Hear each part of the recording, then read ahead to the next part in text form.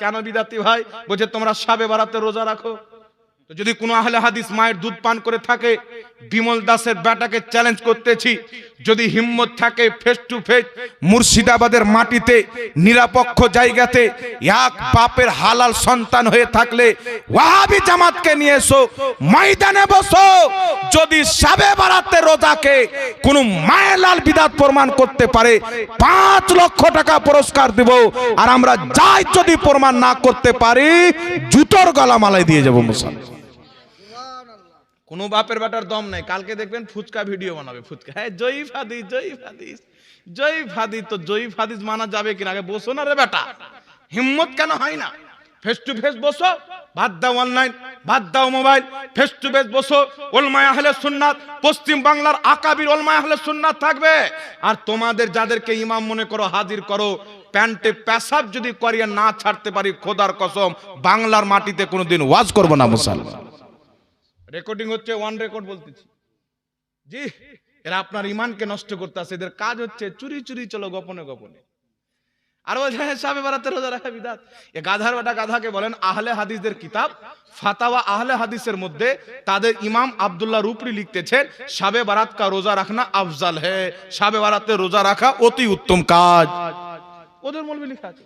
তাহলে আমাদেরকে যদি বিদাতি বলতে আসে বাবা, ওর বাপটা কোথায় যাবে? তাদের কিতাব ফাতাওয়া হাসারিয়ার মধ্যে লেখা আছে শাবে বারাতে রোজা রাখা জায়েজ আছে, উত্তম কাজ। তাহলে তাদের হাসারিয়া লিখক তার বাবা কোথায় যাবে? ওদের কিতাব থেকে প্রমাণ করব শাবে বারাতও আছে, শাবে বারাতের রোজাও আছে। জোরে বল সুবহানাল্লাহ।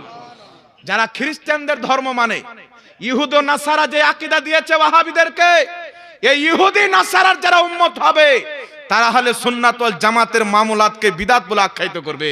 আর যারা মুস্তাফার উম্মত হবে তাদের জন্য শাবে বারাতে রোজা রাখাও যায়, শাবে বারাতে হালুয়া রুটি খাওয়াও যায়।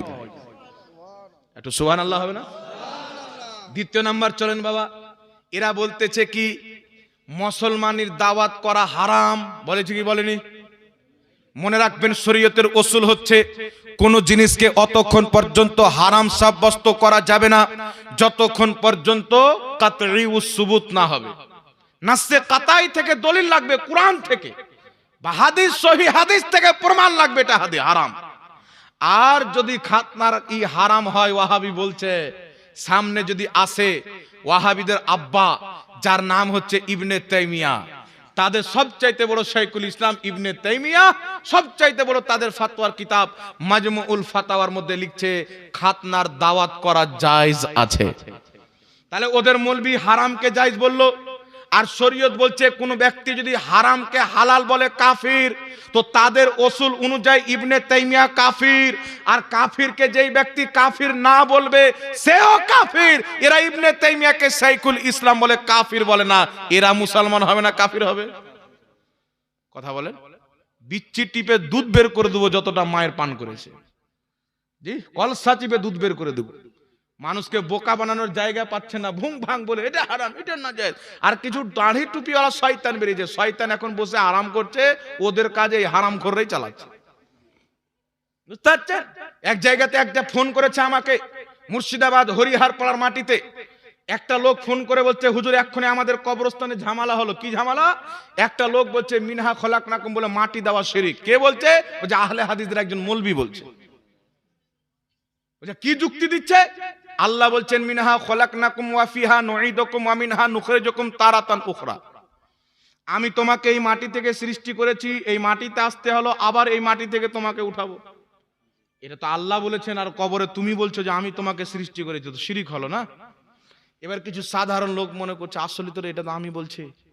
আপনারা বলেন বাবা, ওয়াহাবিরা যখন মাদ্রাসায় কোরআন পড়ে তো এই আয়াতটা বাদ দিয়ে পড়ে? জি, যখন খতম তারাবি করে তো এই আয়াতটা বাদ দিয়ে খতম করে? তো যে ইমাম সাহেব খতম করছে মিনহা খলাকনাকুম ওয়া ফিহা নুঈদুকুম, মুসাল্লিরাকে বলছে যে তোমাকে এই মাটিতে সৃষ্টি করে, তো ইমাম নিজে বললো না আল্লাহর বক্তব্য উচ্চারণ করলো? কথা বলেন। মাদ্রাসায় পড়লো আল্লাহর কথা উচ্চারণ করলো না? কি বলেন? কবরস্থানে মাদ্রাসায় পড়লো তো আল্লাহর কথা উচ্চারণ করলো, মসজিদে নামাজের মধ্যে পড়লো তো আল্লাহর কথা উচ্চারণ করলো। আর এটাই যদি কবরস্থানে পড়ে তো নিজে আল্লাহ হয়ে গেল। ওয়াহাবির গালে জুতা মারে কি মারে না? বিনা বিনা মদ খেয়েই মাতাল, এত বড় শয়তান। আর যদি শিরিক হয়, ওয়াহাবিদেরকে চ্যালেঞ্জ করি, বেটা বসো, তোমাদেরকে মুশরিক যদি প্রমাণ না করি বাংলার মাটিতে খোদার কসম মুখ দেখাবো। একবার বসে যাও সবাই মিলে গচ্ছিত হয়ে, দুধ কা দুধ পানি কা পানি হয়ে যায়। তোমাদের হুজুর লিখছে, যার নাম হচ্ছে ইবনে বাজ, আহলে হাদিসদের সবচাইতে বড় মুফতি, সৌদি আরবের গ্র্যান্ড মুফতি ইবনে বাজ মাজমুয়া ফাতাওয়ার মধ্যে লিখতেছেন, তাকে প্রশ্ন করা হলো সওয়াল, মিনহা খলাকনাকুম ওয়া ফিহা নুঈদুকুম ওয়া মিনহা নুখরিজুকুম তারাতান উখরা ইনদা দাফান। হুজুর, দাফন করার সময় উক্ত আয়াতটি পাঠ করা কি? তো ওয়াহাবিদের সবচেয়ে বড় মৌলবি ইবনে বাজ বলছেন, হাদা সুন্নাতুন, এটা পড়ে মাটি দেওয়া সুন্নাত। সুবহানাল্লাহ। বলছে এই দোয়া পাঠ করে মাটি দেওয়া সুন্নাত। এর সাথে আরেকটা জিনিস অ্যাড করতে বলেছেন, বিসমিল্লাহ ওয়া আলা মিল্লাতি রাসূলিল্লাহ, এটাও অ্যাড করে পড়বে, এটা সুন্নাত। তাহলে এটা শিরিক এরা বলছে, আর ওদের বড় মুফতি বলছে সুন্নাত। তো শিরিককে সুন্নাত বলে ইবনে বাজ মুসলমান আছে না কাফির হয়ে গেছে? কে যদি শিরিক হচ্ছে সবচাইতে বড় গুনাহ, তো শিরিককে কে সুন্নাত বললো? ওদের মৌলবি। আর শুধু একটা মৌলবি নয়, দ্বিতীয় নাম্বার চলে আসে আহলে হাদিসদের মৌলবি, যার নাম হচ্ছে কাজী শওকানি। নাইনুল আওতারের 7তম খণ্ডের মধ্যে লিখছে, আমার কাছে কিতাব আছে, লিখতেছেন আমাদের উলামায়ে কেরামগণ মিনহা খলাকনাকুম এই আয়াতটিকে দোয়া হিসাবে পাঠ করে মাটি দেওয়াকে মুস্তাহাব বলেছেন। সুবহানাল্লাহ। তাহলে এও শিরককে মুস্তাহাব বললো, তো কাজী শওকানিও কাফির হয়ে গেল, আর ইবনে বাজও কাফির হয়ে গেল তাদের যুক্তি অনুযায়ী। আর এদেরকে যারা বড় মুফতি মনে করে, ও আবার মুসলমান হবে? কাফিরকে মুসলমান বলাও কুফরি। এই জন্য পৃথিবীর মুসলমান এরা জাতিকে গোমরাহ করতে চায়, পথভ্রষ্ট করে মানুষের মধ্যে সন্দেহ ভরে দিয়ে মানুষের ঈমানকে টলমলো এলোমেলো করতে চায়, যাতে এরা কোনোদিন রুহানি শক্তি আল্লাহর কাছ থেকে না পেতে পারে। এই জন্য বাবা, মুসলমানের দাওয়াত করা যায়। ইমাম নববী রাহমাতুল্লাহ আলাইহি রেকর্ডিং করেন, যদি কোনো ওয়াহাবি প্রমাণ করে দেয় যেই কিতাব বলছে ওই কিতাবে নাই, খোদার কসম জুতোর গলা মালাই দেব। ইমাম নববী রাহমাতুল্লাহ আলাইহি মুসলিম শরীফের শারার মধ্যে লিখছেন, খাতনা উপলক্ষে মানুষকে দাওয়াত দেওয়া ইসলামে জায়েজ আছে। তারপরে চলে আসেন আল ফিকহ আলা মাযাহিবিল আরবাআ, মিশর থেকে প্রকাশিত। এই কিতাবের মধ্যে লেখা আছে, হানাফি, শাফি, মালিকি, হাম্বলি চারো মাযহাবের নিকটে ছেলে পিলের খাতনাতে দাওয়াত দিয়ে মানুষকে খাওয়া দাওয়া করানো জায়েজ আছে। তারপর আগে চলেন ইমাম ইবনে কুদামা, আজ থেকে 12-13 কম বেশি 1200 বছর পূর্বের ইমাম, আল মুগনি কিতাবের 5ম খণ্ডের মধ্যে লিখতেছেন, খাতনা উপলক্ষে মানুষকে দাওয়াত দিয়ে খাওয়া দাওয়া করানো মুস্তাহাব, সওয়াবের কাজ। শুধু তাই নয়, ওয়াহাবিদের ইমাম ইবনে তাইমিয়া মাজমুল ফাতাওয়াতে লিখছেন, খাতনা উপলক্ষে দাওয়াত দেওয়া খাওয়া দাওয়া করা যায়। আর শুধু তাই নয়, পৃথিবীর মুসলমান ওয়াহাবিদের সৌদি আরবে যে ফাতোয়ার বোর্ড আছে, সেই বোর্ডের ফাতোয়া হচ্ছে মুসলমান ছেলে পিলের খাতনা উপলক্ষে আত্মীয় স্বজনকে দাওয়াত দিয়ে খাওয়া দাওয়া করানো এটা জায়েজ আছে। তাহলে আপনারা বলেন, এতগুলো মুহাদ্দিস কুরআন হাদিস বুঝতো না, আর বিমল দাসের বেজন্মা বেটা বেশি বুঝে গেল? কলকাতার দাড়িওয়ালা শয়তান বেশি বুঝে গেল? একবার ওকে বসিয়ে দেন, একটা হাদিসকে পুঁজি বানায়। একজন সাহাবীকে দাওয়াত দিতে গেল, সাহাবী বলছেন, আমরা নবী পাকের যুগে খাতনার দাওয়াত গ্রহণ করতাম না, কিন্তু ইমাম বুখারী আদাবুল মুফরাদের মধ্যে লিখেছেন যে আব্দুল্লাহ রাদিয়াল্লাহু তাআলা আনহু হযরতে সালিম সহ আরেকজনের খাতনা দেওয়ার, মুসলমানি দেওয়ার অনুমতি দিলেন। তো তিনি বললেন, সাথে সাথে একটা ছাগল জবাই করে মানুষকে খাইয়ে দাও। এই হাদিসের সনদ হাসান। আলবানী সহিহ বলে চিটারি করেছে, এই হাদিসের সনদ হচ্ছে হাসান। আর নবী পাক বলেছেন, তোমরা মুসলমানের দাওয়াত কবুল করবে। এই দাওয়াত কবুল করা হচ্ছে নবী পাকের সুন্নাত। এর পক্ষে সহিহ হাদিস রয়েছেন, সেটা ওয়ালিমার দাওয়াত হোক, মুসলমানের দাওয়াত হোক, জালসার দাওয়াত হোক, এই দাওয়াত কবুল করা নবী মুস্তাফার হাদিস দ্বারা প্রমাণিত। জোরে বলো সুবহানাল্লাহ। আর একটা বর্ধমানের দিকে পেটলা মৌলবি বেরিয়েছে, এ কিছুই জানে না। আমাকে বলছে ঝাড়খণ্ডে একটা মুক্তি বেরিয়েছে জেহাঙ্গীর, জেহাঙ্গীর হারামখোর, আমার বাপকে গালি দিয়েছে। ও বলছে ও হারামখোর বলে এটা গালি নয়, এটা ওর তসবিহ। হ্যাঁ, ও বলছে যে হারামখোর জাহাঙ্গীর, এটা তসবিহ, গালি নয়। আর বলছে আমার বাপকে গালি দিয়েছে। তো দুই বাপ্পাটা একবার বসো, মুসলমানের খানা তোমাকে খাও, তোমার বাপকেও খাও। বলছে ছেলে পিলে যে খাতনা দেয়, যে চামড়া কাটে, ওটাও যদি মাংসতে মিশিয়ে দেয়, টেস্ট বেড়ে যাবে। আচ্ছা বলেন তো বাবা, ও বেটা কি করে জানলো? হ্যাঁ, এই জন্য ওর প্যাট আর প্যাট নাই, ভারতবর্ষের ইন্ডিয়া গেট হয়ে গেছে।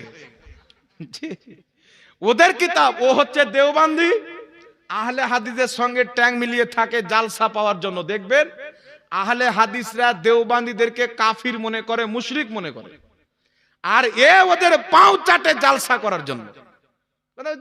যে জালসা পাবো এই জন্য এদের পা চেটে বেড়ায়। আর আমাদেরকে বলে কবর পূজারি, মাজার পূজারি। এক বাপের সন্তান যদি হয়ে থাকো, একবার বসো না আমার সাথে, বসো একবার, অনলাইনে তোমার সাথে বসবো, যাও। আমাদেরকে কবর পূজারি কোন মায়ের লাল প্রমাণ করতে পারবে না। আর যদি প্রমাণ করতে আসো, তোমাদের কিতাব থেকে তোমাদের কি কবর পূজারি প্রমাণ করে পাঠাবে। জি, আশরাফ আলী থানভী তাদের মুজাদ্দিদ হেকায়াতে আউলিয়া কিতাবের মধ্যে লিখছে, দেওবন্দ মাদ্রাসায় দুজন ব্যক্তির ঝগড়া হলো, আর কাসিম নানতাবি নিজের কবর থেকে সহশরীরে বেরিয়ে এসে মীমাংসা করে আবার কবরে চলে গেল। নবী মরে মাটির সাথে মিশে গেছে, আর এদের মৌলবি সহশরীরে এসে মীমাংসা করে আবার কবরে চলে গেছেন, জিন্দা আছেন। এদের আকীদাতে জুতা মারে কি মারে না? এই জন্য আপনাদেরকে বলি বাবা, এরা কোন অ্যাঙ্গেল থেকে মুসলমান নয়। এরা তবলিগি জামাত চালু করেছে, নামাজ দেখিয়ে মানুষকে গুমরাহ করো। এরা আরো কিছু চালু করেছে, মাদ্রাসা দেখিয়ে গুমরাহ করো, ইজতেমা দেখিয়ে গুমরাহ করো। পৃথিবীর মুসলমান যারা আল্লাহ আল্লাহ রাসূলের বেয়াদবি করেছে, যদি পুরো পৃথিবীর মানুষ তার পক্ষে চলে যায়, পৃথিবীর সমস্ত মানুষ গুমরাহ হবে, মুসলমান থাকবে না। কারণ নবীর বেয়াদব কোনদিন মুসলমান হতে পারে না। ইমাম কাজী আয়াজ রাহমাতুল্লাহ আলাইহি আশ-শিফা কিতাবে লিখছেন, কেউ যদি নবীর জুতোকে জুতুয়া বলে কাফির হয়ে যাবে। নবীর জুতা মুবারকের বেয়াদবি করলে কাফির, চুল মুবারকের বেয়াদবি করলে কাফির। তাহলে যারা আল্লাহকে মিথ্যাবাদী বলেছে, রাসূলুল্লাহর এরকম নানা রকম বেয়াদবি করেছে, এরা আবার মুসলমান হবে বাবা? কথা বলেন। আবার এ বলবে যে সবাইকে কাফির বলছে, যে কুফরি করেছে সে কাফির। তো আশরাফ আলী থানভী লিখেছে, নবীর মতন জ্ঞান পশু পাখিকে আছে সে কাফির। কাসিম নানতাবি লিখেছে, নবীর পরে নবী আসতে পারে সেও কাফির। খলিল আহমদ আম্বেটি লিখেছে, নবীর জ্ঞান চাইতে শয়তানের জ্ঞান বেশি, বারাহিনা কাতে 122 পৃষ্ঠায়, সেও কাফির। রশিদ আহমদ গাঙ্গুই ফাতাহ রশিদিয়াতে লিখেছে, আল্লাহ মিথ্যা বলতে পারে সেও কাফির। আর তোমরা যারা এদেরকে নিজের বাপ মনে করো, তারা কি হবে? ওদের এইগুলো আকীদাকে জেনে বুঝে যারা এদেরকে মুসলমান মনে করবে, তারাও কাফির।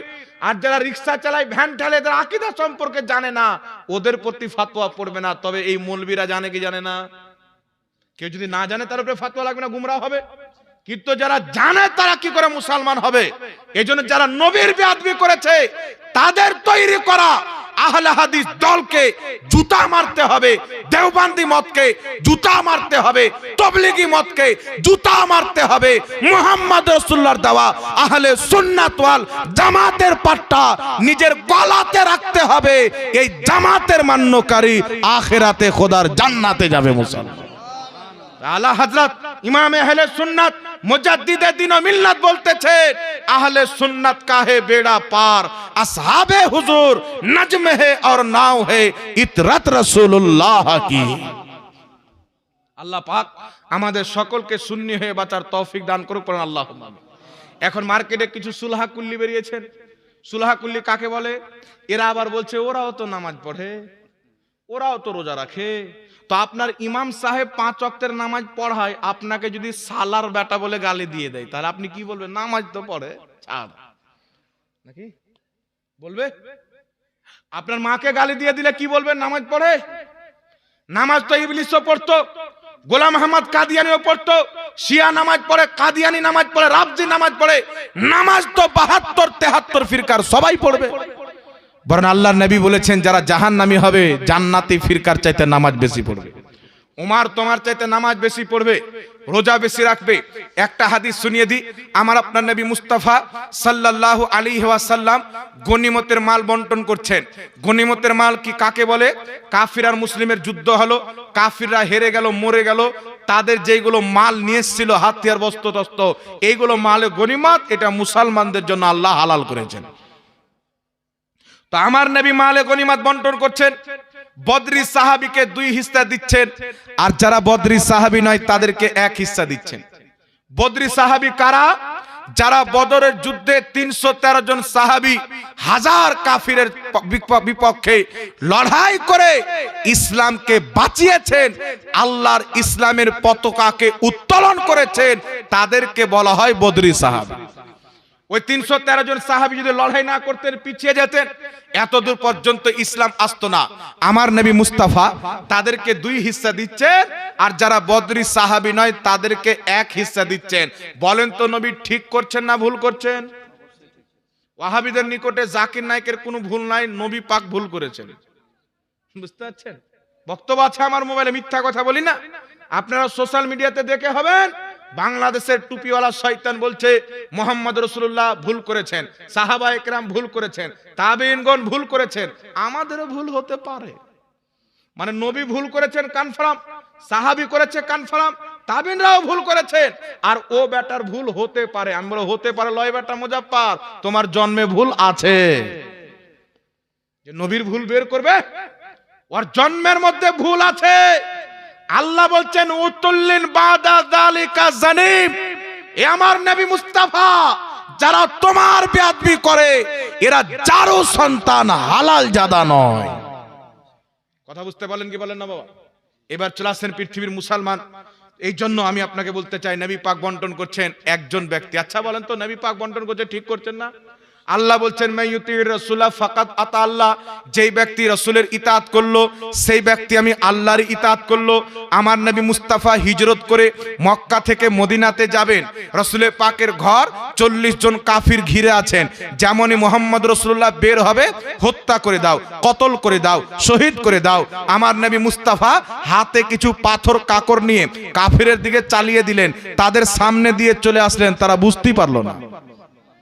তো আল্লাহ পাক কোরআনে বলছেন, হাবিব হিজরতের রাতে কাফিরের দিকে তুমি যেই পাথর নিক্ষেপ করেছিলে ওটা তুমি করনি, আমি আল্লাহ নিক্ষেপ করেছিলাম। পাথর ফেলছেন নবী, আল্লাহ বলছেন আমি ফেলেছি। ইতাআত হচ্ছে নবীর, আল্লাহ বলছেন আমার ইতাআত হচ্ছে, নবীর খিদমত হচ্ছে, আল্লাহ বলছেন আমার নামাজ হচ্ছে। তো বুঝা গেল নবীর পাথর ফেলা আল্লাহর পাথর ফেলা, নবীর বন্টন করা আমার খোদার বন্টন করা। রাসূল পাক বন্টন করছেন। বদরি সাহাবীকে 2 হিস্সা, যারা বদরি নয় তাদেরকে 1 হিস্সা। একজন ব্যক্তি বলছে যার নাম হলো জুলখয়সরা, লম্বা লম্বা দাড়ি, পায়জামা একবারে এইরকম করে উঠিয়া পড়ে। বুঝতে পারছেন? সামনে যদি বন্যা হয়ে যায় তার চালার দরকার নাই, অতি কাজ হয়ে যাবে। কপালে নামাজের ঘাটা। এক রাত্রে মুহাদ্দিসিনে কেরাম বলছেন 300 রাকাত নফলি নামাজ পড়তো। ওর পাগুলো শুরু হয়ে গেছিল ইবাদত করার কারণে সারা সারা রাত। এই লোকটা বলছেন ইয়া রাসূলুল্লাহ ইত্তাকিল্লাহ, হে আল্লাহর রাসূল ইনসাফ করেন, আল্লাহকে ভয় করেন। মানে এর নিকটে নবী বদরি সাহাবীকে 2 হিস্সা দিচ্ছেন, অন্য সাহাবীকে 1 হিস্সা দিচ্ছেন। তো এর নিকটে নবী বেইনসাফি করছেন, নাউজুবিল্লাহ বলেন। এত নামাজ পড়তো, সলিমউদ্দিন কলিমউদ্দিনের পিছনে নয়, মুহাম্মদ রাসূলুল্লাহর পিছনে নামাজ পড়তো। নবী পাকের সঙ্গে হয়ে যুদ্ধের ময়দানে অংশগ্রহণ করত, রাসূলুল্লাহর সঙ্গে কাবার তাওয়াফ করে হজ করত, নবী পাকের মজলিসে বসে থাকতো। এই কথা যখন বলল, আল্লাহর নবীর চেহারার রং পরিবর্তন হয়ে গেল। রাসূল বলছেন বদবখত, আমি যদি ইনসাফ না করি কে ইনসাফ করবে? হযরতে ফারুক আযম আমিরুল মুমিনিন খলিফায়ে দোম হযরতে উমর ফারুক বলছেন, হুজুর আমাকে অনুমতি দেন, আপনাকে ইনসাফের কথা বলে ওর গর্দান মেরে দেব, গর্দান।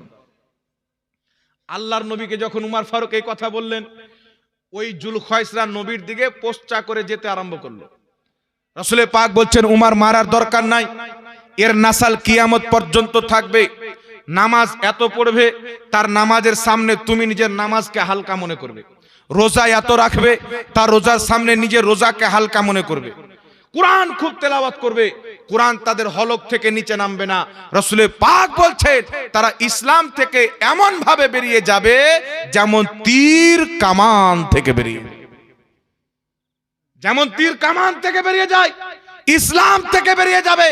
আপনাকে প্রশ্ন করতে চাই, যেই ব্যক্তি নবীর পিছে নামাজ পড়েছে, রাসূলুল্লাহর সঙ্গে নিজের জানের বাজি লাগিয়ে যুদ্ধের ময়দানে অংশগ্রহণ করেছে, আল্লাহর নবীর মজলিসে বসে দ্বীন শিখেছে, এমন ব্যক্তি বলল ইয়া রাসূলুল্লাহ ইনসাফ করেন, উনি তো ইয়া মুহাম্মদ বলেননি, মুহাম্মদ ইবনে আব্দুল্লাহ বলেননি, ইয়া রাসূলুল্লাহ বলেছে।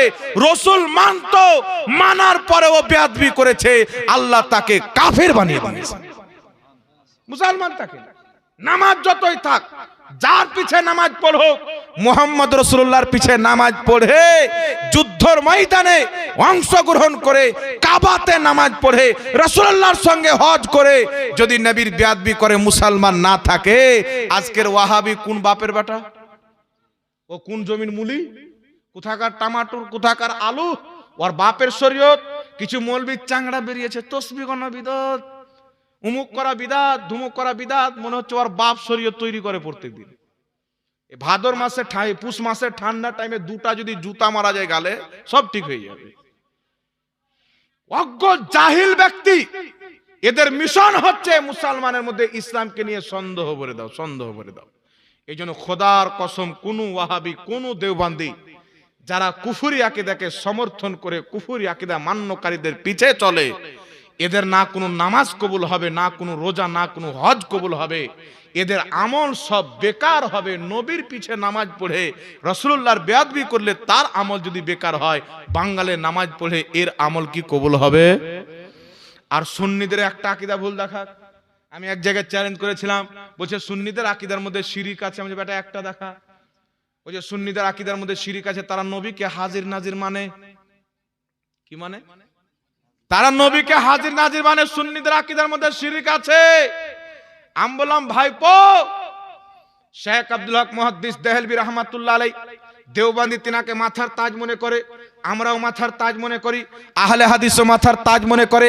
সকলের গ্রহণযোগ্য মুহাদ্দিস, ১৬ লক্ষ হাদিসের হাফিজ, ভারতবর্ষের মাটিতে মদিনা শরীফ থেকে উনি মসজিদে নববীতে নবীর রওজার সামনে হাদিসের শিক্ষা দিতেন।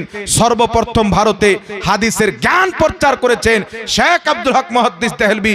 আখবারুল আখিয়ার কিতাবে লিখছেন, দয়ার নবী মুস্তাফা উম্মতের আমলের প্রতি, নিয়াতের প্রতি, ইচ্ছার প্রতি হাজির এবং নাজির আছে। জোরে বল সুবহানাল্লাহ। সারা দুনিয়ার আহলে হাদিস যদি বাপের বেটা থাকে, শিরকের ফতোয়া দাও। ইনাকে যদি মুশরিক বলে, ওদের হুজুররা যারা ইমাম মেনেছে ওরাও মুশরিক হবে। দেওবন্দিরও হিম্মত নাই। এই জন্য ইমাম জালালউদ্দিন সিউতি আল হাবিলিল ফাতাওয়াতে নবীকে হাজির নাজির মেনেছেন।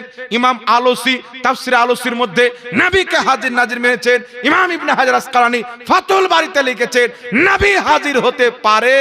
আর আমরা যে নবীকে হাজির নাজির মানি, নবী সহশরীরে নিজের কবরে হাজির আছেন আর পৃথিবীতে নাজির, অর্থাৎ পৃথিবীকে দেখতে আছেন।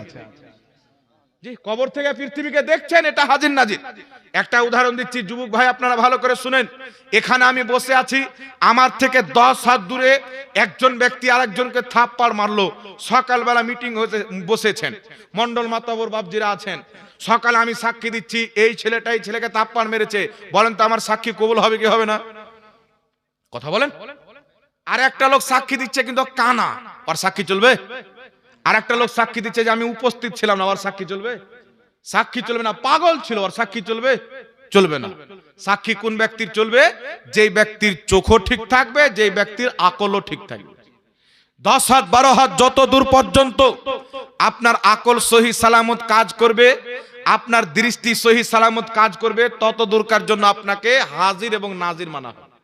সাক্ষী মানে হাজির নাজির থাকতে হবে, অর্থাৎ উপস্থিত থাকতে হবে, দেখতেও হবে। কেউ যদি উপস্থিত থাকে না দেখে, তার সাক্ষী চলবে না। কেউ যদি দেখে উপস্থিত না থাকে, মোবাইলের মাধ্যমে দেখলো, তারও সাক্ষী চলবে না। সাক্ষী হওয়ার জন্য উপস্থিত থাকা শর্ত। এই যুবক ভাইরা আমার, আপনাদেরকে বলতে চাই, আমার এখান থেকে 10 হাত দূরে মারামারি হচ্ছে, আমাকে হাজির নাজির বলে গ্রহণ করা হচ্ছে, দেখনেওয়ালাও মানা হচ্ছে, উপস্থিতও মানা হচ্ছে। দয়ার নবী মুস্তাফা বলছেন, ইন্নাল্লাহা জাওয়ালিয়াদ দুনিয়া কুল্লাহা, সমস্ত দুনিয়াকে আল্লাহ পাক আমার সামনে উজ্জ্বল করে দিয়েছেন। কিয়ামত পর্যন্ত এই পৃথিবীতে যা ঘটবে আমি এমন ভাবে দেখি যেমন হাতের থাবা দেখতে পাওয়া যায়। আমি তো 10 হাত দূর থেকে দেখলাম নবীর সামনে পৃথিবীটা হাতের থাবার মতো। এই জন্য নবী মুস্তাফা রওজাতে হাজির আছেন, ওখান থেকে পৃথিবীকে দেখতে পান, তাই তিনি হাজির নাজির। কথা আমার বুঝতে পারলেন কি বলেন না বাবা? এই জন্য পৃথিবীর মুসলমান ওয়াহাবি আবার যুক্তি দিবে, নবী যদি উপস্থিত থাকে, হাজির থাকে, আপনি বসে কি করে ওয়াজ করছেন? এখানে উপস্থিত সহশরীরে নয়, নবী আছেন মদিনাতে। তাহলে ওয়াহাবিদের আকীদা হলো আল্লাহ হাজির নাজির, তো তুই বাথরুমে কি করে হাঁকছিস? নাকি আল্লাহর সামনে প্যান্ট খুলতে লজ্জা লাগে না? প্রশ্ন হবে কিনা? দুই ঘাড়ে দুই ফেরেশতা থাকে, কেরামান কাতেবিন। তাহলে এখানে ফেরেশতা আছেন, তো তুমি আর অন্য কাজ কি করে করছো? পেশাব কি করে করতে যাচ্ছ? এইগুলো জাহিল, মূর্খ। এই যুক্তি চলবে না, দলিল চলবে। আল্লাহর নবী কতদূর পর্যন্ত দেখতে পারে? যতদূর পর্যন্ত নবীর আকল সহি সালামত কাজ করবে, দৃষ্টি সহি সালামত কাজ করবে, ততদূরকার জন্য নবীকে হাজির নাজির মানা হবে। রাসূল পাক বলছেন, বুখারী শরীফের হাদিস, ইন্নী ওয়াল্লাহি লা আনজুরু ইলা হাউজিল আন, নিশ্চয় আল্লাহর কসম আমি জমিনে দাঁড়িয়ে 7 আসমানের উপরে জান্নাত, জান্নাতের হাউজে কাউসার, আমি মুস্তাফা জমিনে দাঁড়িয়ে 7 আসমানের উপরের জান্নাতের হাউজে কাউসারকে দেখতে পাচ্ছি। তাহলে 7 আসমান কোথায় আছে বাবা? জমিন থেকে প্রথম আকাশ 500 বছরের পথ, প্রথম আকাশের সাইড পার করতে 500 বছর, তার উপর থেকে দ্বিতীয় আসমান 500 বছর। তো যেই নবী মুস্তাফা জমিন থেকে 7 আসমানের উপরে জান্নাতের হাউজে কাউসারকে দেখতে পারে, সেই নবী মুস্তাফা নিজের রওজা থেকে উম্মতকেও দেখতে পারে। এখন আপনাকে বলতে পারে নবী জিন্দা ছিলেন তো দেখেছিলেন, এখন নবী মরে গেছে, নাউজুবিল্লাহ বলেন। এই জন্য পৃথিবীর মুসলমান ইমাম ইবনুল হাজ রাহমাতুল্লাহ আলাইহি আল মাদখাল কিতাবে লিখেছেন, নবী পাকের হায়াত এবং মওতের মধ্যে কোনো তফাৎ নাই। আমার নবী বলছেন, ইন্নী হায়াতি খায়রুল লাকুম ওয়া ওয়াফাতি খায়রুল লাকুম, আমার বেঁচে থাকাও তোমাদের জন্য উত্তম, ইন্তিকাল করাও তোমাদের জন্য উত্তম। ইমাম সিউতি সহ একাধিক মুহাদ্দিসিনে কেরাম লিখেছেন, নবী মুস্তাফার মওত এবং হায়াতের মধ্যে কোনো তফাৎ নাই। যেমন তিনি দুনিয়াতে জিন্দা ছিলেন, নিজের কবরও জিন্দা আছেন। দুনিয়াতে উম্মতকে দেখতেছিলেন, কবর থেকেও দেখতে পারে। জোরে বলতে হবে সুবহানাল্লাহ। তাহলে বলেন তো বাবা, এই হাজির নাজির মানাটা কি শিরক হলো? জোরে বলতে হবে। কিয়ামত পর্যন্ত প্রমাণ করতে পারবে না, কারণ আমাদের কোনো আকীদা বাড়িতে তৈরি করা নয়, কোরআন আর হাদিসের দেওয়া আকীদা। যাই হোক বিরাদর ইসলাম, রাত্রি অনেক হচ্ছে, 11টা পারিয়ে গেছে নাকি? আর বেশি আপনাদের সম্মুখে বলবো না, কয়েকটি প্রশ্ন এসেছেন, উত্তর দিয়ে খেল খতম, নাকি বলেন? এখানে একটা কথা আপনাদেরকে আর বলি, কিছু বক্তা বেরিয়েছেন বাবা, উত্তর না দিলে আবার হবে না, নাকি বলে? আমরা যদি উত্তর না দিই, মানুষের বাড়ি বাড়ি না পৌঁছায়, তাহলে সত্যটা কি করে জানবে? তাহলে কোন মৌলবি যদি কাউয়াকে হালাল বলে দেয়, মানুষ তো ওটাই মনে করবে, নাকি বলেন? বর্ধমানের পোল্ট্রি মুরগি বলছেন যে কিয়াম করা আমার নিকটে হারাম। কে শাওকাত জোলহাকে ফোন করেছে, কিয়াম করা কি বলছে হারাম, কিন্তু ওদের মুজাদ্দিদ আশরাফ আলী থানভী ইমদাদুল মুস্তাক কিতাবে লিখছে কিয়াম করাতে কোনো সমস্যা নাই। তাহলে আশরাফ আলী থানভী হারামকে বলছে কোনো সমস্যা নাই, জায়েজ আছে। তাহলে আশরাফ আলী থানভী মুসলমান আছে, কাফির হবে কি হবে না? হারামকে হালাল বললে তো কাফির হবে। দেওবন্দের আকীদা আল মুহান্নাদ আলাল মুফান্নাদের 71 পৃষ্ঠায় দেওবন্দীদের 33 জন কম বেশি মৌলবীর সিগনেচার সেই কিতাবে রয়েছে। তারা লিখতেছেন কিয়ামকে অস্বীকার করা ভুল, যারা কিয়াম করে তাদেরকে লানতান করা ভুল। অসংখ্য মুহাদ্দিসিনে কেরাম ইমামগণ নবী পাকের ইজ্জত জালালত আজমতের খাতিরে, শান ও শওকাতের খাতিরে এই কিয়াম করাকে অতি উত্তম সওয়াবের কাজ বলেছেন। আর কিয়াম করা এমন একটি কাজ যার মধ্যে কোনো রকমের কোনো খারাপ জিনিস নাই। এদের বাপেরা বলছে জায়েজ, আর বর্ধমানে পোল্ট্রি মুরগি আর ওর বাপ বলছে হারাম। তাহলে ওদের ফতোয়াতে দেওবন্দীদের আকাবিরা সব কাফির হয়ে গেছে, সব জাহান্নামে চলে গেছে। এই জন্য বাবা, এরা ঘরের কোনাতে যা ইচ্ছা বলে ফেসবুকে দিয়ে দিতে পারে, ময়দানে এতটা মায়ের দুধের শক্তি নাই যে বেরেলবিদের সামনে বসবে। যে আমরা বেরেলবি, আমরা আজমিরি, আমরা বাগদাদি, আমরা প্রত্যেক অলিকে মাননেওয়ালা। আমরা আল্লাহকে মোহাব্বত করি, আল্লাহর নবীকে মোহাব্বত করি, সাহাবাকে মোহাব্বত করি, আহলে বাইতকে মোহাব্বত করি, ইমাম মুহাদ্দিসদেরকে মোহাব্বত করি, আল্লাহর ওলিদেরকেও মোহাব্বত করি, ঠিক না বাবা? এই জন্য সামনে আগামীতে একজন ভাই 500 টাকা দিয়েছেন, আল্লাহ কবুল করুক। কয়েকটি প্রশ্ন এসেছেন ভাই, উত্তর দিয়ে দেবো না ছেড়ে দেবো বলেন?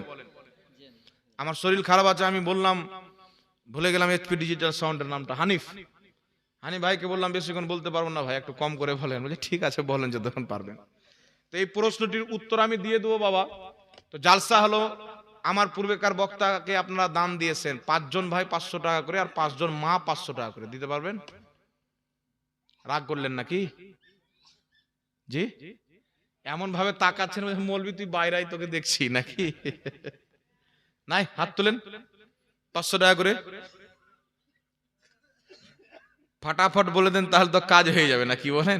চিন্তা করছেন দিব কি দিব না। এই দেখেন মাশাআল্লাহ, আসেন ভাই আসেন আসেন। আর 4 জন ব্যক্তি, বেশি দান নেব না। আপনার নাম কি? মুখতার ভাই 500 টাকা। নারে তাকবীর, নারে রিসালাত। জনাব মুখতার ভাই 500 টাকার দাতা, বলুন জিন্দাবাদ। আল্লাহ হায়াতে বরকত দান করুক, রুজি রোজগারে বরকত দান করুক। এটা কি নাম ভাই? গোলাম ভাই। গোলাম কি শুধু গোলাম? গোলাম শেখ। গোলাম ভাই 500 টাকা। নারে তাকবীর, নারে রিসালাত। গোলাম ভাই 500 টাকার দাতা। আল্লাহ রুজি রোজগারে বরকত দান করুক, হায়াতকে বৃদ্ধি করুক, সকলে বলেন আল্লাহুম্মা আমিন। আর একজন 500 টাকা, আর একজন 100 টাকা, 3 জন হয়ে গেল 500 টাকা করে। কয়জন বলেছিলাম? 5 জন বলেছিলাম। 5টা মা বোনেরা যে সব কাঞ্জুসের বেটি দেখছে, দেন নাগে। একজনকে পাঠান, ওইদিকে পাঠান কাউকে লেন। আর 2 জন ভাই আমার, একজন এই কোণা থেকে, একজন এই কোণা থেকে। হাত তুলেন দেখি 500 টাকা। এদিকে কোনো ভাই? মাত্র 500 টাকা। একদিনকার ইনকাম আশা করি, অনেকের আরো বেশি ইনকাম হয়, হবে না? আর 2 জন ব্যক্তি, আর 5 জন মা। লক্ষ্মী ভান্ডারের টাকা মা, আপনার বাবার টাকা নয়, লক্ষ্মী ভান্ডারের টাকা দেন। দেন, আমার বয়স্ক মায়েরা দিবে, তাড়াতাড়ি যান। কে দিল বাবু? জামির হোসেন সাহেব 500 টাকা। নারে তাকবীর, নারে রিসালাত। জামির হোসেন সাহেব 500 টাকার দাতা, বলুন মারহাবা। এটা কে? বেনামে 500 টাকা। ছেলে মানুষ না মেয়ে মানুষ গো? ছেলে মানুষ। বেনামে 500 টাকা দিয়েছে, 5 জন হয়ে গেল। মাশাআল্লাহ। 5 জন মায়েরা যদি দিয়ে দেয় তাহলে উত্তর দিয়ে দেবো একটু তাড়াতাড়ি। যদি না নিয়ে এসে আসেন মায়েরা, তো লিখিয়ে দিবেন, আগামী মাসে খাতায় ঢুকবে, তখন বের করে ইনশাআল্লাহ দিয়ে দিবেন। এক জায়গাতে মহিলারা আমাকে, আমার সামনে, আমি বসে আছি ঘরের ওই বাড়িতে, সব আলোচনা করছে আজকাল মৌলবীদেরকে কি হয়েছে, সব খালি আমাদের লক্ষ্মী ভাড়ার টাকাই নজর, খালি লক্ষ্মী ভাড়ার টাকাই নজর। তো পরে আবার গালি দিয়েন না যে খালি লক্ষ্মী ভাড়ার টাকাই নজর মৌলবীদের। হ্যাঁ, যাক, আল্লাহ পাক আপনাদের দানকে কবুল করুক।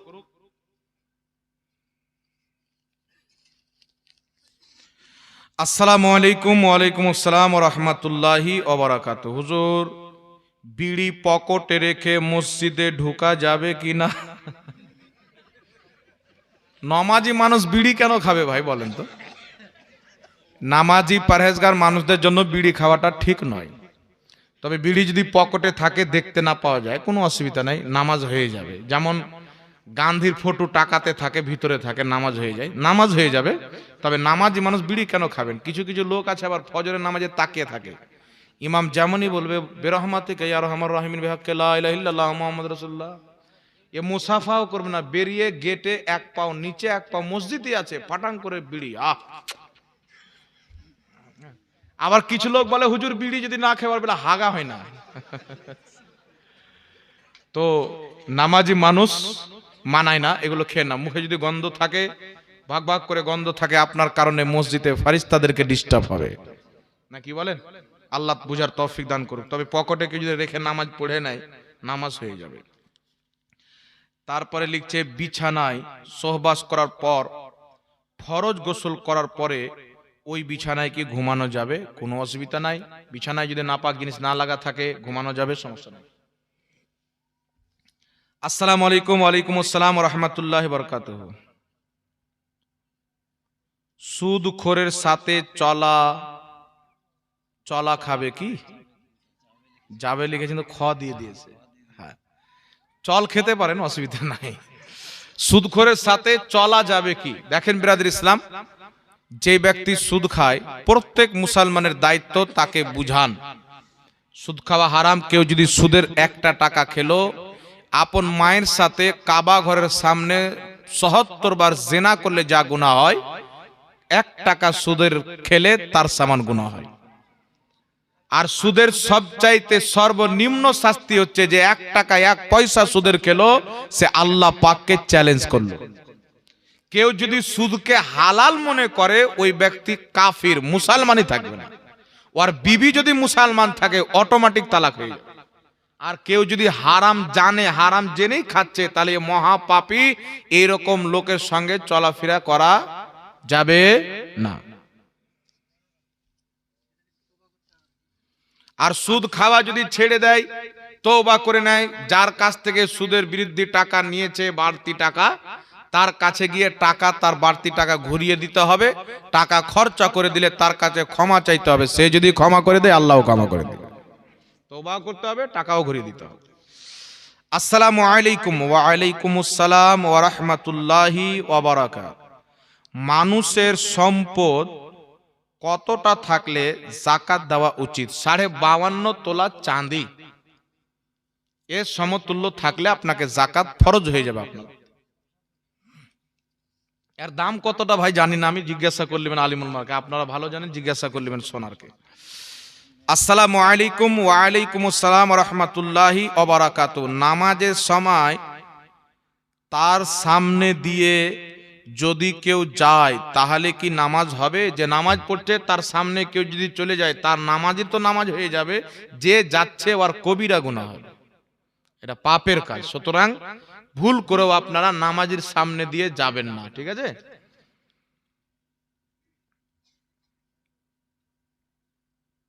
তারপরে কি লেখা আছে, কেউ জাহেল যায় তাহলে কি নামাজ হবে? নামাজ হয়ে যাবে। তাহলে কি করা উচিত? ভুল করে যদি চলে যায় তো মানুষের ভুল তো আল্লাহ পাক ক্ষমা করে দিবে। জানতে পারলো যে ভুল হয়ে গেছে, তওবা করে নিবে, তওবা করা ভালো, তাহলে গুনাহ ইনশাআল্লাহ মাফ হয়ে যাবে। ভুল করে চলে গেলে গুনাহ হবে না। জান্নাত চলে গেলে যে ভুল করে পরে জানতে পারছে যে আমার কাছ থেকে এটা ভুল অটোমেটিক হয়ে গেছে, না জানাতে, তবুও তওবা করে নিবে, ঠিক আছে? আসসালামু আলাইকুম। ওয়ালাইকুম আসসালাম ওয়া রাহমাতুল্লাহি ওয়া বারাকাতুহু। বিয়েতে কোন দেন মোহর দেওয়া হয় নাকি? বিয়েতে কোন দেন মোহর দেওয়া হয়? দেখেন, বিয়েতে আপনি সোনা দিতে পারেন, টাকা দিতে পারেন, টাকার বদলে সোনা দিতে পারেন, দেনমোহর। আর দেনমোহর কেমন করে দিবেন? আমাদের এলাকাতে লোক আছে গরিব ব্যক্তির প্রতি চাপিয়ে দেয়, ও তো কিছু করতে পারবে না। আবার কি একটু ধাপার টাপার ব্যক্তি থাকলে তো আর ভয়ই কমিয়ে দেয়। তো যেই ব্যক্তির যেমন ইনকাম তেমন তার মোহর বাঁধবেন। এটা নয় যে 10 টাকা ইনকাম করার মোহর 3 লাখ টাকা বেঁধে দিলেন, 3 লাখ টাকা ইনকাম করে মোহর 10,000 টাকা বেঁধে দিলেন। আল্লাহর হাবিব সাল্লাল্লাহু আলাইহি ওয়াসাল্লাম নিজের স্ত্রীদেরকে সম্ভবত 400 না 500, দুটার মধ্যে একটা আছে, দিরহাম উনি কি দিতেন? মোহরানা দিয়েছিলেন। আর উনার একজন স্ত্রী উম্মে হাবিবা রাদিয়াল্লাহু তাআলা আনহা, এই বিয়েটা রাসূল পাকের সঙ্গে নাজ্জাশীর বাদশা পড়িয়েছিলেন। নাজ্জাশী উনি 5000 দিরহাম আল্লাহর নবীর পক্ষ থেকে মোহরানা দিয়েছিলেন নবীর স্ত্রীকে। আর উনার স্ত্রীরা সম্পূর্ণ টাকা ইসলামের খিদমতে দান করে দিয়েছিলেন, সাদকা করে দিয়েছিলেন, আল্লাহর পথে সব খরচ করে দিয়েছিলেন। তো আল্লাহর নবী ওই যুগে 4000 বা 5000 দিরহাম মোহরানা দিচ্ছে। এখন হিসাব করেন কত টাকা হবে, এখন হিসাব করেন, এখন লক্ষ লক্ষ টাকা। এই জন্য কোনো ব্যক্তি যদি নিজের স্ত্রীকে মোহরানা না দেয়, ধার রাখে, বাকি রাখে যে 6 মাসের মধ্যে দিয়ে দেব, তো 6 মাস পর্যন্ত স্ত্রী কিছু বলবে না। 6 মাস পর তাকে নিজের কাছে আসা থেকে বিরত রাখতে পারে, আমার মোহরানা দাও, নচেত আমার থেকে দূরে থাকো। কথা বুঝতে পারছেন? টাইম যদি নাই একটা যে 6 মাসে দিব বা 1 বছরে নিব, তো 1 বছরে বা 6 মাসে ওই মেয়েকে এখতিয়ার আছে, ওকে এটা মানে পাওয়ার দেওয়া আছে যে 6 মাসের টাইম নিল, মোহরানা দিল না, তাহলে তার স্বামীকে দাঁড়িয়ে দেবে যে তুমি আমার কাছে এসো না, মোহরানা দেওয়াবে, ও করতে পারে। আর ও যদি চাই যে না আমি তোমাকে ক্ষমা করে দিলাম, সেটা স্বামী স্ত্রীর ব্যাপার, নাকি বলেন? এই জন্য সবচাইতে উত্তম হচ্ছে নগদ মোহরানা দিয়ে বিয়ে করবেন। কথা বুঝতে পারছেন? নগদ মোহরানা দিয়ে বিয়ে করবেন। আর যুবক ভাইদেরকে বলবো যে বাপ তো মোটরসাইকেল কিনে দিতে পারে না, জন্ম দিয়ে দিয়েছে, মোটরসাইকেল দিতে পারে না, তো শ্বশুরের কাছে মোটরসাইকেল নেবেন নাকি? কিছু ছেলে পিলে স্বপ্ন দেখে আছে শ্বশুরের কাছ তো গাড়ি পাবো বে, কিনবো কেন বে, এরকম লোক আছে। তওবা করেন, তওবা করেন। শ্বশুরের কাছ থেকে মোটরসাইকেল চেয়ে নেওয়া হারাম, 1 টাকা চেয়ে নেওয়া হারাম, হচ্ছে ইন্টারন্যাশনাল ভিখারি। ওর মধ্যে আর সুদখোরের মধ্যে তফাৎ কি? ইও হারাম কর, ও হারাম কর। তবে শ্বশুর যদি নিজ ইচ্ছায় তোহফা হিসাবে নিজের জামাইকে কিছু দিতে চায় তো তোহফা দেওয়াও জায়েজ, তোহফাটা গ্রহণ করা নবী মুস্তাফার সুন্নাত জায়েজ। কথা বুঝতে পারছেন? এতে সমস্যা নাই। এটা হয়ে গেল তো নাকি? আচ্ছা, 5 জন মা বোনেরা 500 টাকা করে দেয়নি? সব দিয়েছে? উনি যে বলছেন দিয়েছে, না দিলে কাঞ্জুসের বেটি বলতাম, দিয়ে দিয়েছেন তো আলহামদুলিল্লাহ। যাক, আসসালামু আলাইকুম। ওয়া আলাইকুম আসসালাম ওয়া রাহমাতুল্লাহ। চাইনা মেহেন্দি পড়ে নামাজ হবে কি না? কার? পুরুষ না মহিলা? বলে না, পুরুষদের জন্য মেহেন্দি লাগা টোটালি নাজায়েজ, আর মহিলাদের জন্য মেহেন্দি লাগা আরো ভালো।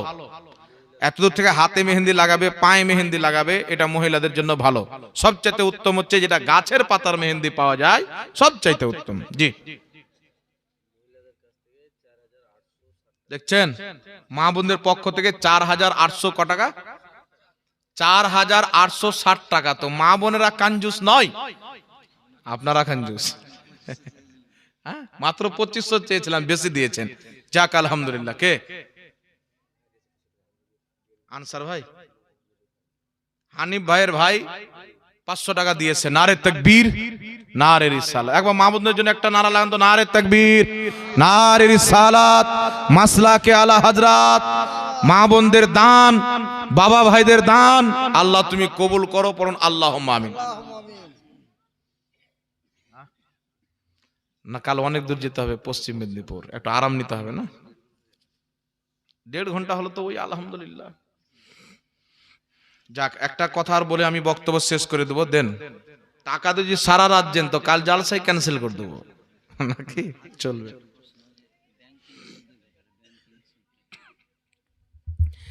ব্যাংকের সুদ নেওয়া কি? দেখেন বিরাদর ইসলাম, প্রত্যেক জায়গাতে বাড়তি টাকা সুদের অন্তর্ভুক্ত নয়। আপনি বাংলাদেশ যাচ্ছেন, ভারতের 100 টাকা দিলেন, বাংলাদেশের বর্ডারে আপনাকে তার পরিবর্তে বাংলাদেশি 300 টাকা দিল, সুদ হবে? কথা বলেন। আপনি এয়ারপোর্টে গেলেন, সৌদি আরবের 1 টাকা দিয়ে আপনার কাছ থেকে কয়েক টাকা নিয়ে নিল, 25 না 30 টাকা কত টাকা আছে নিয়ে নিল, তাহলে ও সুদ খেলো? কথা বলেন, এটাও সুদ হবে না। তো প্রত্যেক জায়গাতে কম টাকা দিয়ে বেশি টাকা নিলে সুদ হয় না, আর বেশি টাকা দিয়ে কম টাকা নিলেও সুদ হয় না। সুদ কোথায় হবে? যখন কোনো মুসলমানের কাছে টাকা দিবে বাহেতে, আর ওর পরিবর্তে বাসের মাসে একটা বাড়তি টাকা নেবে, ওটাকে সুদ বলা হয়। আর ব্যাংকে, পাকিস্তানের ব্যাংকে, আরবের ব্যাংকে, বাংলাদেশের ব্যাংকে, ইসলামিক কান্ট্রির ব্যাংকে কোনো ব্যক্তি যদি টাকা রাখে, তার বাড়তি টাকাটা সুদের অন্তর্ভুক্ত। কথা বুঝতে পারছেন? আর যদি কোনো দেশে হারবি কাফিরের হুকুমত থাকে, আর সেখানকার কাফির যদি হারবি থাকে, মুসলমানেরা আকলিয়াত আলফ সংখ্যক হিসাবে বসবাস করে, আর সেই হারবি কাফিরের ব্যাংক হয়, মুসলমানদের যদি অংশ না থাকে, তাহলে এইরকম ব্যাংকে কেউ যদি টাকা রাখে আর ওখান থেকে যদি টাকাটা বাড়ে, এটা সুদের অন্তর্ভুক্ত নয়, এটা সুদই হবে না। সুদের যে ডেফিনেশন রয়েছে ওর মধ্যে এটা আসে না।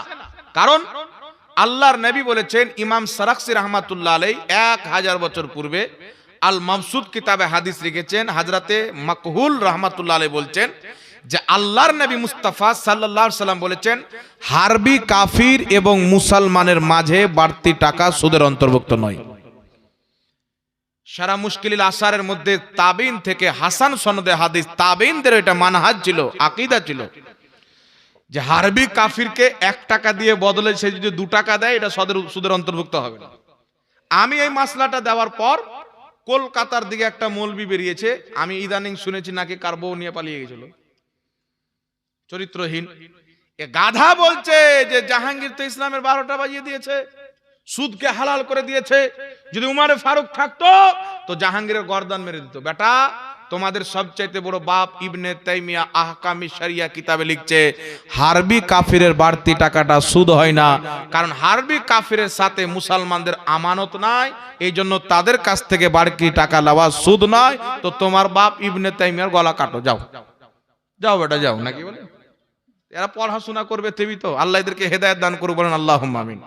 এই জন্য ভারতবর্ষের কাফির হচ্ছে হারবি, ইনাদের ব্যাংকে যে টাকাটা বাড়বে, যে ব্যাংকে শুধু হারবি কাফিরেরই অংশ আছে, এটা সুদের অন্তর্ভুক্ত নয়। এটা কে 500 টাকা দিয়েছেন? যাই হোক বিরাদর ইসলাম, আরেকটা কথা আপনাকে বলি, কিছু লোকের ধারণা হচ্ছে নামাজ তারাও পড়ে, নামাজ আমরাও পড়ি, তাহলে রাসূল পাক কেন বললেন যে তোমাদের চাইতে নামাজে বেশি হবে, রোজাতে বেশি হবে, কিন্তু ইসলামের সাথে সম্পর্ক হবে না? ইসলামের সাথে তারা বেরিয়ে যাবে, কারণ নামাজ রোজা সব থাকবে, নবী মুস্তাফার আদব থাকবে না। তাহলে গুস্তাখে রসুল, আল্লাহর বেয়াদব, নবীর বেয়াদব, ওলিদের বেয়াদব, এদের সাথে আমাদের কিরকম ব্যবহার রাখতে হবে, কিরকম আচরণ রাখতে হবে? পৃথিবীর মুসলমান রাসূলে কায়নাত সাল্লাল্লাহু আলাইহি ওয়াসাল্লাম বলতেছেন, বুখারী শরীফের হাদিস, একজন সাহাবী আসলেন, ইয়া রাসূলুল্লাহ আমাকে কিয়ামতের ব্যাপারে বলেন। আমার আপনার নবী সাল্লাল্লাহু আলাইহি সাল্লাম বললেন নামাজ পড়েনি, নামাজ পড়া কমপ্লিট হলো, আল্লাহর নবী সে সাহাবীকে ডাকলেন, বলছেন তুমি জিজ্ঞাসা করেছিলে কিয়ামতের ব্যাপারে? জি হুজুর, আমি জানতে চাই। রাসূলে পাক বলছেন কিয়ামতের জন্য তুমি জোগাড় কি করেছো? কিয়ামতের ব্যাপারে জিজ্ঞাসা করছে, আগে বলো কিয়ামতের জন্য জোগাড় কি করেছো? সে সাহাবী বলছেন, ইয়া রাসূলুল্লাহ, ইয়া হাবিবাল্লাহ, নামাজ সেরকম পড়িনি, রোজাও বেশি রাখিনি, তবে আমি আল্লাহ আল্লাহ রাসূলকে ভালোবাসি। নবী পাক বলছেন যে যাকে ভালোবাসে কিয়ামতে তার সাথে থাকবে। আর সুবহানাল্লাহ হবে না? এই পৃথিবীর মুসলমান হযরতে ফারুক আযম উমরে ফারুক রাদিয়াল্লাহু তাআলা আনহুর নিকটে দুইজন ব্যক্তি গেল। এই হাদিসটি ইমাম জালালউদ্দিন সিয়ুতি তাফসিরে দুররে মানসুরে উল্লেখ করেছেন। দুইজন ব্যক্তি রাসূল পাক সাল্লাল্লাহু আলাইহি সাল্লামের সাহাবী উমর ফারুকের নিকটে গেল। যাওয়ার পর একজন ব্যক্তি বলছেন, উমরে ফারুক আপনার নিকটে একটা ফয়সালা নিয়ে এসেছি, তবে আপনার কাছে আসার পূর্বে নবী মুস্তাফার নিকটে গিয়েছিলাম, আল্লাহর নবী ফয়সালা করে দিয়েছেন, আমার পক্ষে ফয়সালা দিয়েছেন, এই লোকটার বিপক্ষে ফয়সালা গিয়েছেন। নবীর নিকট থেকে বেরিয়ে যখন বাড়ি ফিরে আসছিলাম, যার বিপক্ষে ফয়সালা গিয়েছেন এই লোকটা বলছেন একবার উমরের কাছে চলো। হযরতে উমরে ফারুক ওই লোককে জিজ্ঞাসা করছেন, তুমি কি এই কথা বলেছো? বলছেন হ্যাঁ বলেছি। বলছেন তুমি বসো, অপেক্ষা করো, আমি ফয়সালা করে দিচ্ছি। তিনি বাড়িতে গিয়ে তলোয়ার বের করে নিয়ে এসে তার গর্দান মেরে দিলেন। চতুর্দিকে হাঙ্গামা হয়ে গেল। সেই লোকের বাপ মা আত্মীয় স্বজন আল্লাহ রাসূলের কাছে গেলেন, ইয়া রাসূলুল্লাহ, ইয়া হাবিবাল্লাহ সাল্লাল্লাহু আলাইহি ওয়াসাল্লাম, উমর আমার সন্তানকে মেরেছে বা ভাইকে মেরেছে, সে নামাজি ছিল, দাড়ি ছিল, টুপি ছিল, মুসলমান ছিল, আপনার পিছে নামাজ পড়তো, আপনি কিসাস করেন, উমরকেও কতল করেন, সে মুসলমানকে হত্যা করেছে, আর যেই ব্যক্তি একজন নির্দোষ ব্যক্তিকে হত্যা করবে শরীয়ত বলছেন তাকেও হত্যা করা হবে। এটা হচ্ছে কিসাস, ইসলামে কিসাস হচ্ছে বৈধ। পৃথিবীর মুসলমান জিবরিল আলাইহিস সালামকে আল্লাহ পাক পাঠিয়ে দিলেন, ইয়া রাসূলুল্লাহ, ইয়া হাবিবাল্লাহ, উমর যাকে কতল করেছে উমরের ফয়সালার প্রতি আমার আল্লাহ রাজি হয়ে গেছেন। কারণ যেই ব্যক্তি নবীর ফয়সালাতে সন্তুষ্ট হতে পারে না, সেই ব্যক্তি বেঁচে থাকার অধিকার রাখে না। তাহলে এতটুকু বেয়াদবি, নবীর ফয়সালা করে দেওয়ার পর আবার উমরের কাছে গিয়েছেন, এতি তাকে কতল করে দেওয়া হলো, যদিও সে রাসূলুল্লাহর পিছে নামাজ পড়তো, চেহারাতে দাড়ি ছিল। আরেকটি হাদিস শুনেন, পৃথিবীর মুসলমান হযরতে আবু উবাইদা যুদ্ধের ময়দানে গিয়েছেন, নবীর পক্ষে সাহাবী হয়ে, তিনার বাপ জাররা কাফির হয়ে কাফিরের পক্ষে এসেছেন, লড়াই চলতে আছে। জাররা ওই যুগের বহুত বড় যোদ্ধা ছিল, কয়েকশো জন ব্যক্তি তার সাথে লড়াই করে পারতো না, এত বড় যোদ্ধা ব্যক্তি। হযরতে আবু উবাইদা নবী মুস্তাফার দরবারে এসেছেন, ইয়া রাসূলুল্লাহ, ইয়া হাবিবাল্লাহ, আমার বাপ জাররা কাফিরের পক্ষে এসেছে, আমার বাপের মোকাবেলা কেউ করতে পারবে না আমি ছাড়া, কারণ আমি তালোয়ার চালাতে শিখেছি আমার বাপের কাছে, আমি জানি সে কিভাবে লড়াই করে, কিভাবে তালোয়ার চালায়। ইয়া রাসূলুল্লাহ, ইয়া হাবিবাল্লাহ, আপনি আমাকে অনুমতি দেন, আমি আমার বাপের সঙ্গে মোকাবেলা করব। রাসূলের পাক বলছেন না, তোমার বাপের সামনে যেও না, কারণ তুমি যদি বাপের সামনে যাও মুনাফিকরা গুজব ছড়াবে। মুহাম্মদ সাল্লাল্লাহু আলাইহি সাল্লাম এমন একটা দিন এনেছেন যে বাপ বেটাতে কাটাকাটি করায়, বাপ বেটাতে মারামারি করায়, তো ইসলামকে মুনাফিক বদনাম করবে, সুতরাং তুমি তোমার বাপের সামনে যেও না। হযরতে আবু উবাইদা যুদ্ধ করতে আছেন, লড়াই করতে আছেন, বাপের দিকে তাকাচ্ছেন, দেখছেন তিনার বাপ সাহাবীকে শহীদ করে দেয়, সহ্য না করতে পেরে বাপের সামনে গিয়ে এমন করে একটা তলোয়ার মেরেছেন, বাপকে মার্ডার করে জমিনে ফেলে দিয়েছেন। আপন বাপকে কতল করেছেন। কতল করার পর আবু উবাইদা বিন জাররা ঘুটনা জমিনে ফিরে চিৎকার মেরে কান্না করছেন। সাহাবী বলছেন, আবু ওবেদা, বাপকে হত্যা করেছো তাই কান্না করছো? বলছেন, বাপকে হত্যা করার জন্য কান্না করি না, নবী নিষেধ করেছিলেন, রাসূলুল্লাহর কথা রাখতে পারেনি, এই জন্য কান্না করছি। নবী যদি নারাজ হয়ে যায়, আমার খোদা নারাজ হয়ে যায়। সাহাবী বলছেন, চলো নবীর দরবারে। মাথার পাগড়ি খুলে গলাতে ঝুলিয়ে মুজরিম সেজে রাসূল পাকের দরবারে, ইয়া রাসূলুল্লাহ, ইয়া হাবিবাল্লাহ, আপনি নারাজ তো হননি? হুজুর, আমি যদি না যেতাম আমার বাপের মোকাবেলা কেউ করতে পারতো না। আমার বাপ সাহাবীকে শহীদ করতে ছিল, আমি গুস্তাখে রাসূল বলে তাকে হত্যা করে দিয়েছি। হুজুর, আপনি নারাজ তো হননি? রাসূলের পাক বলছেন, আমি তো নিষেধ করেছিলাম যাতে ইসলামকে বদনাম না করতে পারে। তুমি খোদা রাসূলের মহব্বতে তোমার বাপকে হত্যা করেছো, তোমার প্রতি আমি নবীও রাজি হয়েছি, আমার খোদাও রাজি হয়ে গেছে। এই কথা যখন হযরতে আবু উবাইদা শুনলেন, গলা থেকে পাগড়িকে খুলে এইভাবে ঝুলাতে আরম্ভ করেন আনন্দিত হয়ে। আর আল্লাহু আকবার বলতে বলতে যেতে লাগলেন লাফাতে লাফাতে। আমার নবী সাহাবীদেরকে লক্ষ্য করে বলছেন, যদি জান্নাতি দেখতে চাও আবু উবাইদাকে দেখো, সে খোদা রাসূলের মহব্বতে আপন বাপকে হত্যা করেছে, আল্লাহ জাহান্নামের আগুন তার প্রতি হারাম করে দিয়েছে। এখানে আল্লাহ কোরআনে বলছেন, ইয়া আইয়ুহাল্লাযীনা আমানু লা তাত্তাখিযু আবাআকুম ওয়া ইখওয়ানাকুম আউলিয়া ইলা আখিরিল আয়াত। আল্লাহ বলছেন, হে ঈমানদার, যদি তোমার আপন বাপ, যদি তোমার আপন ভাই ঈমান আনার পর, নিজেকে মুসলমান বলার পর কুফরিকে পছন্দ করে, আল্লাহ আল্লাহ রাসূলের বেয়াদবিকে পছন্দ করে, তোমার বাপ হলেও সম্পর্ক নাই, তোমার ভাই হলেও সম্পর্ক নাই। রাসূলের পাক বলছেন, বন্ধুত্ব তার সাথে যে আল্লাহ আল্লাহর রাসূলের পক্ষে, আর আমাদের দুশমন তারাই যারা আল্লাহ আল্লাহর রাসূলের দুশমন। ইমাম বুখারী সহিহ বুখারীতে সংকলন করেন, নবী পাক সাল্লাল্লাহু আলাইহি ওয়াসাল্লাম বলতেছেন, সাহাবী, ইসলামের সবচেয়ে উত্তম আমল কি? একজন সাহাবী বলছেন, ইয়া রাসূলুল্লাহ, নামাজ। নবী বলছেন, লা, না। একজন সাহাবী বলছেন, জিহাদ। নবী বলছেন, না, ইসলামের সবচেয়ে উত্তম আমল হচ্ছে তুমি বন্ধুত্ব করো তো আল্লাহ আল্লাহ রাসূলের জন্য, দুশমনি করো তো আল্লাহ আল্লাহ রাসূলের জন্য। ওয়াহাবি, দেওবন্দি, কাদিয়ানি সব আমরা শত্রু মনে করি, আমরা দুশমন মনে করি, কারণ তারা আল্লাহ আল্লাহর নবীকে গালি দিয়েছেন, তাদের সম্মানে আঘাত করেছেন, তাই তারা আমাদের দুশমন। তাদেরকে দুশমন মনে করা এটা হচ্ছে ঈমানের জান। জোরে বল সুবহানাল্লাহ। হযরতে আবু উমারে ফারুক সহ একাধিক সাহাবী কেউ নবীর বেয়াদবি করতেন, ও নবীর পিছে নামাজ পড়তে লম্বা লম্বা দাড়ি থাকলেও তাকে জবাই করে দিতেন। এইজন্য বিরাদর ইসলাম, আপনাকে বলতে চাই, আমাকে ঝাড়খণ্ড থেকে স্পেশাল ভাবে আনিয়েছেন জালসা করার জন্য। আমি যদি আপনার বাপ বা মা তুলে গালি দিয়ে দিই, কোথাকার হুজুর আর কোথাকার খেজুর কিছুই দেখবেন না। নাকি আজওয়া খেজুর না মদিনার খেজুর না বিনা বিচিওয়ালা খেজুর, তার ধর সালাকে, মার সালাকে, হবে কি হবে না? জি।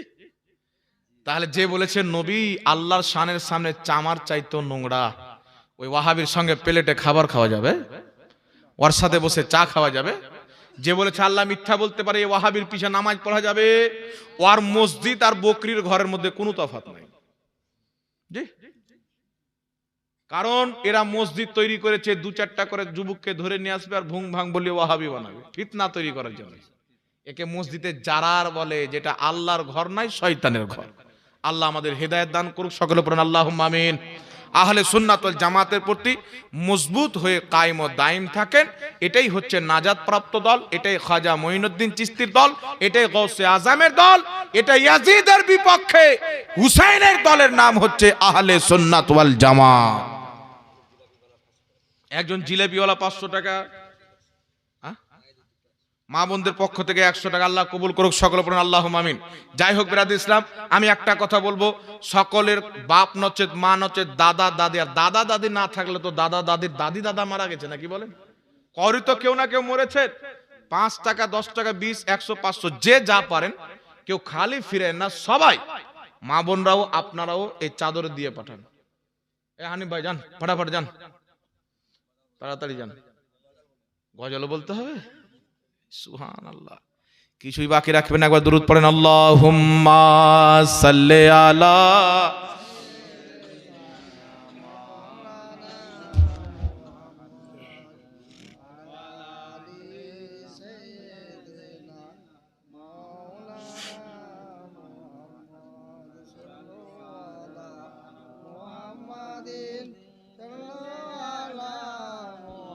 मोहम्मद हरदम ज़बान से निकालो पाक नामी मोहम्मद।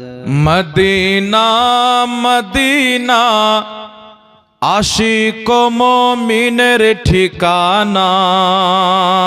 একটু আস্তে বলেন তো সুবহানাল্লাহ। এই জন্য আমি বলি যে মুর্শিদাবাদে আজ থেকে জোরে বলে নাকি বলে, একটু আর আস্তে বলতে হবে আলহামদুলিল্লাহ। মদিনা মদিনা আশিক মুমিনের ঠিকানা, মদিনা মদিনা আশিক মুমিনের ঠিকানা। দিদার চেয়ে নাও রে মুমিন, দিদার চেয়ে নাও রে মুমিন, পূর্ণ হবে মনের বাসনা। মদিনা মদিনা আশিক মুমিনের ঠিকানা। আরশে মুআল্লার চেয়ে দামি তুমি হও, খোদার সৃষ্টিতে শ্রেষ্ঠ ভূমি তুমি হও। আরশে মুআল্লার চেয়ে দামি তুমি হও, খোদার সৃষ্টিতে শ্রেষ্ঠ ভূমি তুমি হও। তোমার বুকে শুয়ে আছেন শাহে মদিনা, মদিনা মদিনা আশিক মুমিনের ঠিকানা। মদিনা মদিনা আশিক মুমিনের ঠিকানা। ইয়াসরাব নামে ছিলে তুমি অলক্ষণের দেশ, বড়ই মারার তোগ যে ছিল তোমার পরিবেশ। ইয়াসরাব নামে ছিলে তুমি অলক্ষণের দেশ, বড়ই মারার তোগ যে ছিল তোমার পরিবেশ। ইয়াসরাব নামে ছিলে তুমি অলক্ষণের দেশ, বড়ই মারার তোগ যে ছিল তোমার পরিবেশ, বড়ই মারার তোগে যে ছিল তোমার পরিবেশ। নবীর ছোঁয়া পেয়ে তুমি, নবীর ছোঁয়া পেয়ে তুমি সোনার মদিনা, আশিক মুমিনের ঠিকানা। মদিনা মদিনা আশিক মুমিনের ঠিকানা। দিদার চেয়ে নাও রে মুমিন, পূর্ণ হবে মনের বাসনা। মদিনা মদিনা আশিক মুমিনের ঠিকানা। হয়ে গেল? খুব কষ্ট করে মুখস্থি করেছি বাবা। ওবাইদুলের তো শুনলেন, ওর পেটে ভাত কম গাজাল বেশি ভরা হয়। ওর পেটে ভাত কম গাজাল বেশি। ও কি দরদি দয়াল নবী নয়নের ছবি, নবী তোমায় দেখলে পাওয়া যায় গো জান্নাতের চাবি। চলবে আর মানে চলবে নাকি? ও কি দরদি দয়াল নবী নয়নের ছবি, নবী তোমায় দেখলে পাওয়া যায় গো জান্নাতের চাবি। নবী তোমায় দেখলে পাওয়া যায় গো জান্নাতের চাবি। তোমার চেহারা নূরে ভরা যেন আলো যে উদয়, মেঘেরা চল পেড়ে সূর্য শরমে লুকায়। তোমার চেহারা নূরে ভরা যেন আলো যে উদয়, মেঘেরা চল পেড়ে সূর্য শরমে লুকায়। তুমি শামস দোহা, তুমি শামস দোহা নূরে খোদা, তুমি শামস দোহা নূরে খোদা। সব নবীদের ইমাম নবী, তোমায় দেখলে পাওয়া যায় গো জান্নাতের চাবি। ও কি দরদি দয়াল নবী নয়নের ছবি, নবী তোমায় দেখলে পাওয়া যায় গো জান্নাতের চাবি। আঙুল কত শক্তিশালী বুঝা বড় দায়, ইয়া কি সারাই চন্দ্র টুকরা টুকরা হয়ে যায়। আঙুল কত শক্তিশালী বুঝা বড় দায়, ইয়া কি সারাই চন্দ্র টুকরা টুকরা হয়ে যায়। তুমি মুখতারে কুল, তুমি মুখতারে কুল রহমতে রসুল, তুমি মুখতারে কুল রহমতে রসুল, সব সৃষ্টির সেরা নবী। তোমায় দেখলে পাওয়া যায় গো জান্নাতের চাবি। ও কিহিও দরদি দয়াল নবী, নয়নের ছবি নবী, তোমায় দেখলে পাওয়া যায় গো জান্নাতের চাবি। फलक से चांद उतरा है, सितारे जगमगाते हैं। सुभान अल्लाह बोलिए ना, तभी तो मने करबो जे हलो नाকি। आला हजरत का ताराना, आला हजरत का ताराना जब सुनाएगा दीवाना, आला हजरत का ताराना जब सुनाएगा दीवाना, सुन के सुन्नी मचलता रहेगा, आला हजरत का डंका बजेगा, आला हजरत का डंका बजेगा। आला हजरत का ताराना जब सुनाएगा दीवाना, सुन के सुन्नी मचलता रहेगा, आला हजरत का डंका बजेगा, आला हजरत का डंका बजेगा। दुश्मनाने नबी को घटा दीजिए, खाक में उन सबों को मिला दीजिए। दुश्मनान नबी को घटा दीजिए, खाक में उन सबों को मिला दीजिए। फारूकी उनको तेवर दिखा दीजिए, फारूकी उनको तेवर दिखा दीजिए। कान पे रख के घोड़ा दबा दीजिए, कान पे रख के घोड़ा दबा दीजिए। आला हजरत का मस्ताना जो नबी का है दीवाना, आला हजरत का मस्ताना जो नबी का है दीवाना, दुश्मनों से वो डट के कहेगा क्या, आला हजरत का डंका बजेगा, आला हजरत का डंका बजेगा। आला हजरत का ताराना जब सुनाएगा दीवाना, सुन के सुन्नी मचलता रहेगा, आला हजरत का डंका बजेगा, आला हजरत का डंका बजेगा। अहले सुन्नत की जब भी सवारी चले, अहले सुन्नत की जब भी सवारी चले, देवबंदी के सीने पे आरी चले। आस्ते सुभान अल्लाह बोलें तो ठीक है। अहले सुन्नत की जब भी सवारी चले, अहले सुन्नत की जब भी सवारी